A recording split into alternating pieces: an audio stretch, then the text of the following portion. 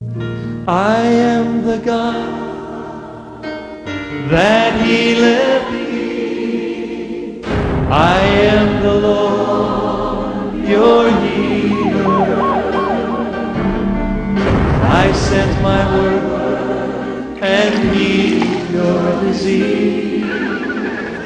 I am the Lord, your healer.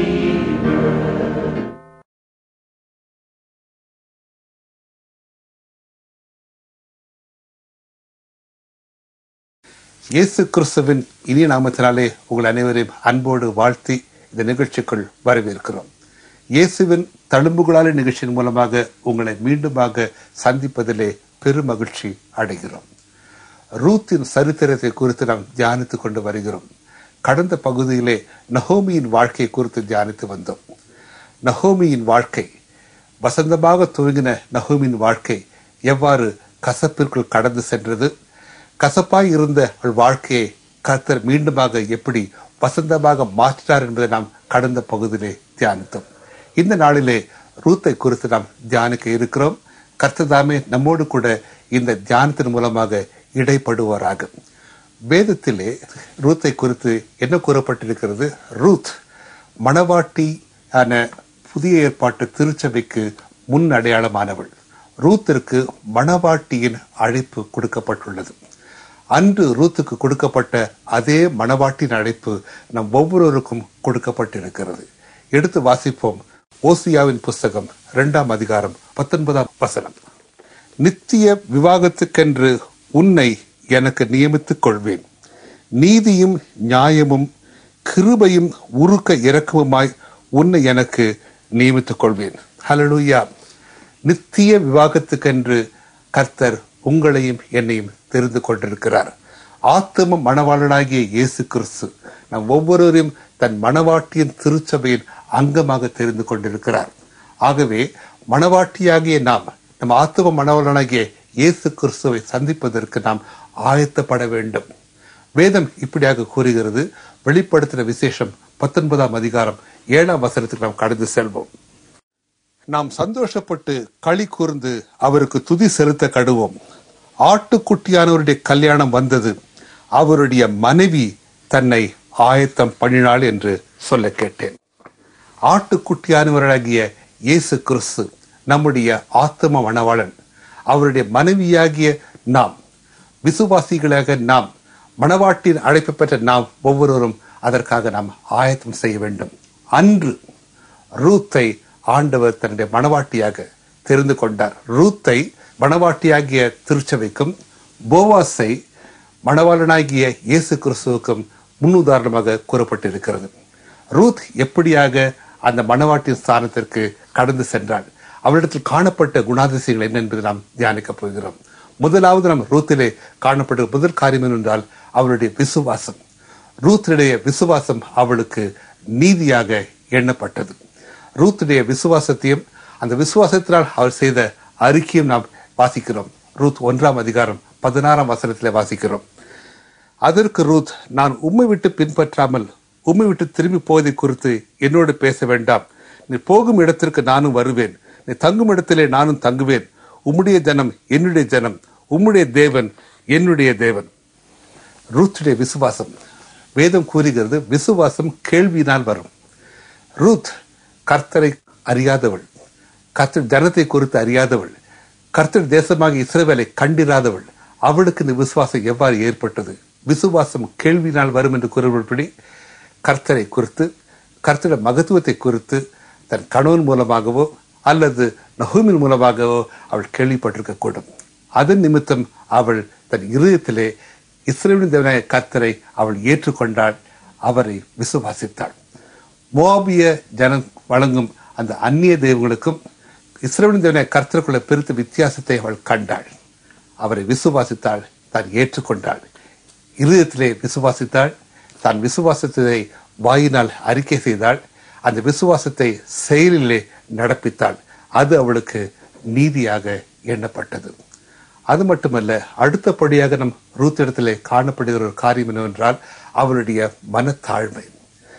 அவள் தன் மாமியாரிடத்தில் காட்டின அன்பு, பரிவு, பணிவு, மனத்தாழ்மை கீழ்ப்படுதல் ஒவ்வொன்றும் அவருடைய மன தாழ்மையை காட்டுகிறது. தாழ்மை உன்னிடத்திலே தேவன் கிருபையை அளிக்கிறார். அந்த வசனத்தின்படி தேவன் அவளுக்கு கிருபையை நிறைவாய் அளித்தார். தான் கர்த்தரையே நம்பி கர்த்தரையே விசுவாசித்து தன் சொந்த ஜனத்தையும் தன்னுடைய வீட்டையும் தன்னுடைய தேசத்தை விட்டு அவள் நகோமியிடம் கூட கர்த்தருடைய தேசத்திற்கு கடந்து சென்றாள். கர்த்தர் அவளுடைய விசுவாசத்தையும் அவள் வைராக்கியத்தையும் அவள் மனத்தாழ்மையும் கனப்படுத்தினாள். அவள் அங்கு சென்று ஒரு வயல்வெளிக்கு சென்று கோதுமை மணிகளை பொறுக்குவதற்காக சென்றாள். தற்செயலாக நேரிட்ட இடம், ஆனால் அங்கு கர்த்தர் அவளுக்கு ஒரு பெரிய நன்மையை கட்டளையிட்டார். விசுவாசிகளுக்கு எதுவும் தற்செயலாக நேரிடுவதில்லை. தற்செயலாக நேரிடும் காரியத்தில் கூட கர்த்தர் பெரிய காரியங்களை செய்கிறார். ரோமர் 8:28 கூறினபடி கர்த்தரிடத்தில் அன்பு கூறுவவர்களுக்கு சகலமும் நன்மைக்கு ஏதுவாக நடைபெறும். ரூத்துக்கு சகலமும் நன்மைக்கு எதுவாக நடைபெற்றது. காரணம் கர்த்தரிடத்தில் வைத்த விசுவாசம், வைராக்கியம், மனத்தாழ்மை. அடுத்தபடியாக நாம் ரூத்திலே காணப்படுகிற குணாதிசயம் என்னவென்றால் அவளுடைய ஆயத்தம். தன்னுடைய மணவாளனாகிய போவாசை சந்திக்கும் முன் அவள் மேற்கொண்ட ஆயத்தங்கள். நகோமி கற்பித்தபடியெல்லாம் அவள் செய்தாள். நகோமி எதை கற்பித்தாள்? எடுத்து வாசிப்போம். ரூத் 3:3 நீ குளித்து எண்ணெய் பூசி உன் வஸ்திரங்களை உடித்துக் கொண்டு அந்த களத்துக்கு போ. நகோமி இப்படியாக ரூத்திடம் கூறி அவளை ஆயத்த பண்ணும்படியாக கூறுகிறாள். நீ குளித்து எண்ணெய் பூசி உன் வஸ்திரங்களை உடித்துக் கொண்டு அந்த களத்துக்கு போ. இந்த 3 காரியங்கள் அவள் செய்த 3 ஆயத்தங்கள். குளித்து எண்ணெய் பூசி வஸ்திரங்களை உடித்துக் கொண்டு 3 காரியங்களும் 3 ஆவிக்குரிய அர்த்தங்களுக்கு முன் அடையாளமாக இருக்கிறது. இயேசு கிறிஸ்துவின் பரிசுத்த இரத்தத்தால் நாம் ஒவ்வொருவரும் கழுவப்பட வேண்டும். ஆத்தும மணவாளனாகிய இயேசு கிறிஸ்துவுக்கு நாம் மணவாட்டியாக வேண்டும் என்றால் முதல் காரியம் அவருடைய பரிசுத்த இரத்தத்தினாலே நாம் கழுவப்பட வேண்டும். அதுதான் குளிப்பதற்கு முன்னடையாளம். அதன் பிறகு பார்க்கும் எண்ணெய் பூசி, அதாவது பரிசுத்தாவின் அபிஷேகத்தை நாம் பெற்றுக்கொள்ள வேண்டும். வேதம் திட்டமும் தெளிவுமாக கூறுகிறது, ஒரு ஜலத்தினாலும் ஆவியினாலும் பிறவாவிட்டால் தேவன் ராஜ்யத்தில் பிரவேசிப்பதில்லை.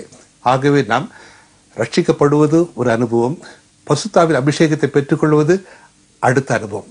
நாம் ரட்சிக்கப்படும் பொழுது ரட்சிப்பின் வஸ்திரம் நமக்கு தரிப்பிக்கப்படுகிறது. நீதியின் சால்வையினால் நாம் தரிப்பிக்கப்படுகிறோம். அது மட்டுமல்ல, துதியின் ஆடை என்று வேதம் கூறுகிறது. நாம் ரட்சிக்கப்பட்ட பின்பு கர்த்தரை துதிக்க வேண்டும், ஸ்தோத்திரிக்க வேண்டும், ஆராதிக்க வேண்டும். அதுதான் துதியின் ஆடை. ஆகவே நாம் குளித்து ரட்சிக்கப்பட்டு எண்ணெய் பூசி பரிசுத்த அபிஷேகத்தை பெற்று வஸ்திரம் உடுத்தி ஆவிக்கு வஸ்திரங்களை தரித்து கொண்டு நாம் மணவாளனுக்காக நாம் ஆயத்தப்பட வேண்டும். ரூத் செய்த அடுத்த காரியம் என்ன? அவள் குளித்தாள், எண்ணெய் பூசினாள், வஸ்திரத்தை உடுத்தினாள். அதற்கு பின்பு போவாசுடைய பாதப்படியிலே படுத்து தன்னை அர்ப்பணித்தாள், தன்னை ஒப்பு கொடுத்தாள். அவள் நீரின் வாழ்க்கையை பொறுப்பெடுத்துக் கொள்ளும் என்று அடையாளமாக உம்முடைய போர்வையை என்மேல் விரியும் என்று தன்னை அர்ப்பணித்தாள். நாம் ரட்சிக்கப்படுகிறோம், நல்லது. அதே சமயத்திலே அவரை ஆண்டவராக ஏற்றுக்கொள்ள வேண்டும். ஆண்டவரே நீரை ஆண்டு கொள்ளும், என் வாழ்க்கையை நீ ஆண்டு கொள்ளும், என் வாழ்க்கை எல்லா பகுதியிலும் நீ ஆண்டு கொள்ளும். நான் உடைய மணவாட்டி, நீரின் மணவாளன், என் வாழ்க்கையை நீர் ஆண்டு கொள்ளும் என்று நாம் அப்படிப்பட்ட ஒரு ஆழமான அர்ப்பணிப்புக்குள் நாம் நம்மை அர்ப்பணிக்கும் பொழுது நாம் மணவாளனுக்கு ஏற்ற மணவாட்டியாக நாம் ஏற்றுக்கொள்ளப்படுவோம். இதுதான் வேதம் கூறுகிறது. மீண்டும் எடுத்து வாசிப்போம்.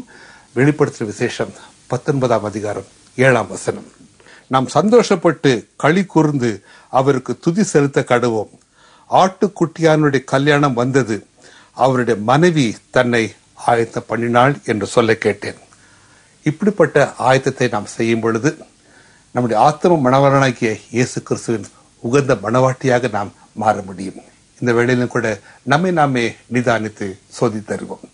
போவாஸ் ரூத்தை தன்னுடைய மணவாட்டியாக ஏற்றுக்கொண்டார். ரூத்தை குறித்து அவர் கூறின சாட்சி என்ன? உன்னுடைய முந்தின நற்குணத்தை பார்க்கலும் உன் பிந்தின நற்குணம் உத்தமமானது. ஆண்டவர் இயேசு கிறிஸ்து நம்மை நோக்கி பார்க்கும் பொழுது இந்த காரியத்தை கூற வேண்டும். உன்னுடைய முந்தின நற்குணத்தை பார்க்கலும் பிந்தின நற்குணம் உத்தமமானது. முந்தின நற்குணம் என்பது நம்முடைய ஜென்ம சுபாவம், நம்முடைய பிறவி குணம். ஆனால் இயேசு கிறிஸ்துவை ஏற்றுக்கொள்ளும் பொழுது நாம் புது சிருஷ்டியாக மாறிவிடுகிறோம். ஒருவன் கிறிஸ்துவுக்குள் இருந்தால் புது சிருஷ்டியாகிறான். நாம் புது சிருஷ்டியாக மாறும் பொழுது நம்முடைய ஜென்ம சுபாவங்கள் மாறி தெய்வீக சுபாவம்